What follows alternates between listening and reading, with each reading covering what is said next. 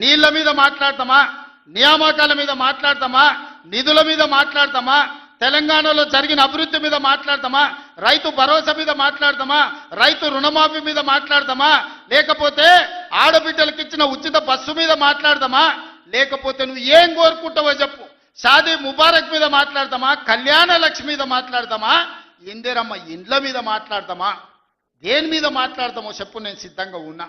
చర్చిద్దాం, దేశానికి ఆదర్శంగా నిలబడదాం, సమస్యల మీద మాట్లాడదాం, ఎవరు ఏం చేసినరో చెప్పుకునే అవకాశం కల్పిస్తాం. రాండి, మీరు మొహం చాటేసి ఫామ్ హౌస్లో పడుకొని మీరు ఖాళీగా ఉన్నప్పుడు పార్టీ ఆఫీసులు వచ్చి 10 మంది చెంచాలను పెట్టుకొని ఆ 10 మంది చెంచగాళ్ళ ముందల నువ్వు పొంకనాలు కొట్టుడు కాదు. నిజమైన చర్చ అసెంబ్లీలో చేద్దాం.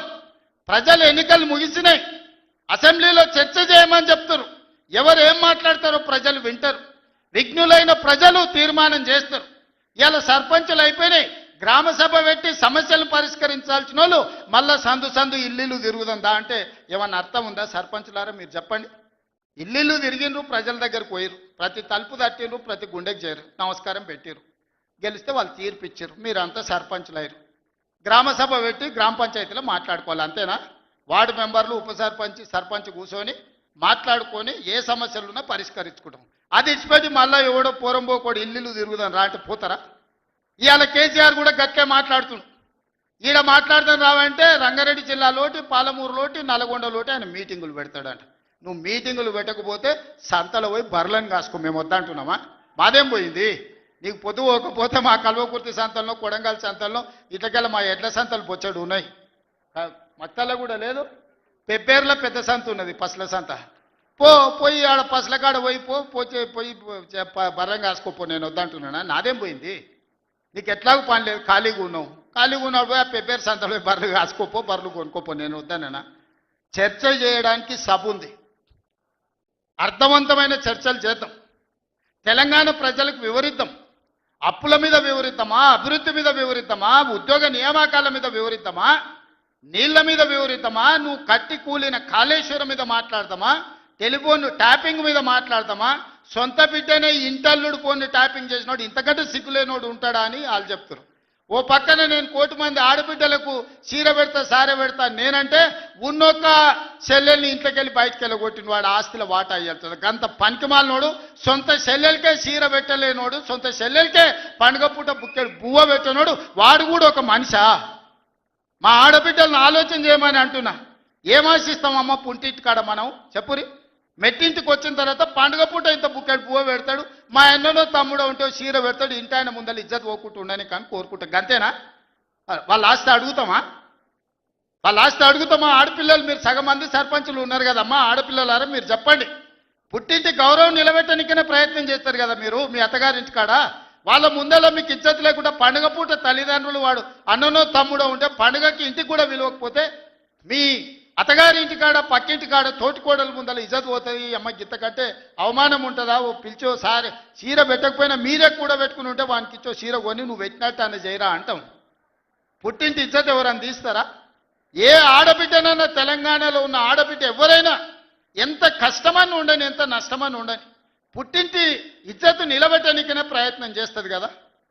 మీరు అందరు కూడా తెలంగాణ ఆడబిడ్డలే కదా. ఇవాళ ఇంతో అంతో తండ్రి గాలికి సంపాదించిన దాంట్లో వాటా ఇవ్వాల్సి వస్తుందని మెడలు పట్టి దొబ్బితే నీ సొంత చెల్లెలకే సమాధానం చెప్పలోని ఆయన నాకు సవాలు ఇసురుతున్నాడు. ఈ అవ్వ లాగులో తొండలు ఇచ్చి కొత్త బిడ్డ నేను అనుకుంటున్నావేమో, నా సంగతి ఇంకా తెలియదు. మీ నాయనని అడిగి ఇంటికి పోయి చెప్తాడు.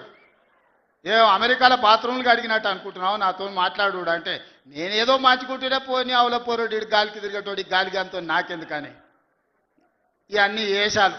ఇంకా పక్కలో ఒక నలికుట్లోడు ఉంటాడు, 6 అడుగులు ఉన్నా అనుకుంటాడు, ఆ తలకాయ ఎక్కడుందో నాకు తెలియదు. కేసీఆర్ వచ్చి గర్జించిందంట, గర్జనకు నేను పోయి లోపల దాచుకున్నంట. ఇక కేసీఆర్ గర్జనలు గర్జించినట్టు లేవురా నాయన. మన గాడిదలు ఏం చేస్తావా? ఒండ్ర పెడతాయా? ఏమంటారు గాడిదలను? గాడిదలు అరిస్తే ఏమంటారు నరసింహ? గట్లున్నది. మీ గాండ్రింపులకు, మీ బెదిరింపులకు, ఉడత ఊపులకు భయపడ్డోడు ఎవడు లేడు బిడ్డ. ఈడ దుక్కి దున్నిన చేతులు ఉన్నాయి. మీరేదో తోలు తీస్తా అంటే తీపించుకోనికే లేము. ఈ కండలు కరిగినాయి, మిగిలిందే తోలు. ఫస్ట్ నీ తోలు సంగతి చూసుకో, నీ తోలు సంగతి చూసుకో. ఊర్లో మాకు తెలుసు, ఊర్లల్లో నాటుకోళ్ళు ఉంటాయి కదా, కోని కాల్చినాక మనం మంచిగా కాల్చి తోలు తీసి పసుపు పెడతాం కదా, మంచిగా తోలు తీసి పసుపు పెడతారు బిడ్డ మా కొడంగల్ వాళ్ళు. నువ్వేదో తెలివితేటలు అనుకుంటున్నావు. ఈ తమాషా మాటలు, ఈ అతి తెలివితేటలు కట్టిపెట్టుకో. ఎన్ని ఎలక్షన్లు జరిగినా సిగ్గు లేకుండా అన్నిట్లలో డిపాజిట్లు పోతున్న బండకేసి కొడుతున్న బుద్ధి రాలే. ఇప్పటికైనా మారుండ్రి. నాకేం లేదు, మీరు అట్లుంటేనే మంచిది. ప్రజలు చీత్కరిస్తారు, చీదర కొడతారు, లాస్ట్ దేనికి వనికి రాకుండా పోతారు. కాకపోతే ప్రతిపక్షమే లేదు తెలంగాణలో అని బయటకు పోతే ఇజ్జత్ పోయేటట్టు ఉన్నది. అదొక్కటే నా చింత. అందుకే మిత్రులారా, మంచిగా చేయండి. వేదిక మీద ఉన్న పెద్దలకు, మా మంత్రులకు అందరికీ నా సూచన, గ్రామాలలో సర్పంచులు వచ్చారు, అందరినీ కలుపుకోపోండి. గ్రామాల అభివృద్ధి జరిగినప్పుడే తెలంగాణ అభివృద్ధి జరుగుతుంది. ఇవాళ తెలంగాణ అభివృద్ధి చేసే బాధ్యత మనది. చిన్న వయసులో నాకు అవకాశం వచ్చింది. ఇప్పుడు చాలామంది మా సర్పంచ్ అమ్మ వచ్చింది, సజ్జకాన్పేట రేణుకమ్మన మౌనిక, మా రాములు తమ్ముని కోడలు మౌనిక చెప్పింది, 24 ఏళ్ళు చిన్న వయసులో నేను సర్పంచ్ అయిన సార్ అని. ఎన్నో ఆలోచనలతోని ఇలా చిన్న వయసులో మీరు అందరు సర్పంచ్లు అయినరు. ఇంజనీరింగ్ చదువుకున్న వాళ్ళు అయినరు, డిగ్రీ చదువుకున్న వాళ్ళు అయినరు, 22, 23 ఏళ్ళకు ఉన్న వాళ్ళు అయినరు, పెద్దోళ్ళు 80 ఏళ్ళు ఉన్న వాళ్ళు కూడా సర్పంచ్లు అయినరు. మా రాఘవ వాళ్ళ తల్లి సర్పంచ్ అయింది.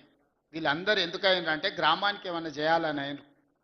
మరి వాళ్ళ ఆలోచనలు వాళ్ళ గ్రామానికి చేయాలన్నదాన్ని మనం ఈరోజు పూర్తిగా సహకారం అందించాలి వాళ్ళకు. వాళ్ళందరినీ కూడా వాళ్ళ ఊర్లలో ఏం మాట ఇచ్చినరో ఆ పనులు మనం చెయ్యాలి. వీలైనంత మేరకు నిధుల కష్టం ఉన్నది, మనం ఇచ్చేది మనం ఇద్దాం, కేంద్రం నుంచి తెచ్చేది కేంద్రం నుంచి తెద్దాం. మార్చి లోపల కేంద్రం నుంచి 3,000 కోట్ల రూపాయల నిధులు నేను పట్టుకొస్తా. మీకు అందరికీ గ్రామాలలో నిధులు ఇచ్చే బాధ్యత నాది. మార్చి 31 తారీఖు లోపల 3,000 కోట్ల రూపాయలు గ్రామాలకు పంపించే బాధ్యత నేను తీసుకుంటా. ఆ నిధులు దుర్వినియోగం కాకుండా మంచిగా ఖర్చు పెట్టుకుని మంచి పేరు తెచ్చుకోరు. నాకెట్లా చిన్న వయసులో ఈ రాష్ట్రానికి ముఖ్యమంత్రి అయ్యే అవకాశం వచ్చిందో, రోజుకు 18 గంటలు కష్టపడి ఎట్లయితే పనిచేస్తున్నానో మీరు కూడా గ్రామాలలో పని చేయండి, కష్టపడుండ్రి, గ్రామంలో ఇంత మంచి పేరు తెచ్చుకోండి, గ్రామాన్ని అభివృద్ధి చేయండి. నా వైపు నుంచి పూర్తిగా సహకారం ఉంటుంది. మళ్ళా 2029లో ఎన్నికలు వచ్చినప్పుడు ఎవరి లెక్క వాళ్ళు చూసుకుందాం, ఎన్నికలు వచ్చినప్పుడు చూసుకుందాం. ఇప్పుడు కేవలం అభివృద్ధి మీదనే దృష్టి పెడదాం, గ్రామాలను ముందుకు తీసుకెళ్దాం. గ్రామాలు అభివృద్ధి చెందినప్పుడే తెలంగాణ రాష్ట్రం అభివృద్ధి చెందుతుంది. ఆ విధంగా ముందుకు వెళ్దామని మీరందరూ సిద్ధమే కదా? గ్రామాలను అభివృద్ధి చేయడానికి మీరందరూ సిద్ధమే కదా?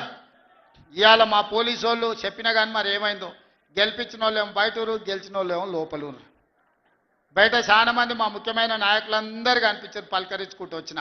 ఏందా అంటే మా రాఘవ్ 10 పాసులే ఇచ్చిండు అన్న, ఏం చేయాలని అంటుండు. కాకపోతే మా ఇందరు మరి పరిస్థితి ఏమో పాసులు ఇచ్చేది లేదు. బయట ఉన్నోళ్ళు తక్కువ కాదు, లోపలికి వచ్చిన వాళ్ళు ఎక్కువ కాదు. మీరు అందరు నా కుటుంబ సభ్యులే. మళ్ళీ నేను వస్తా, మీ అందరిని కలుస్తా, మళ్ళీ కూర్చొని అభివృద్ధి చేసుకుందాం.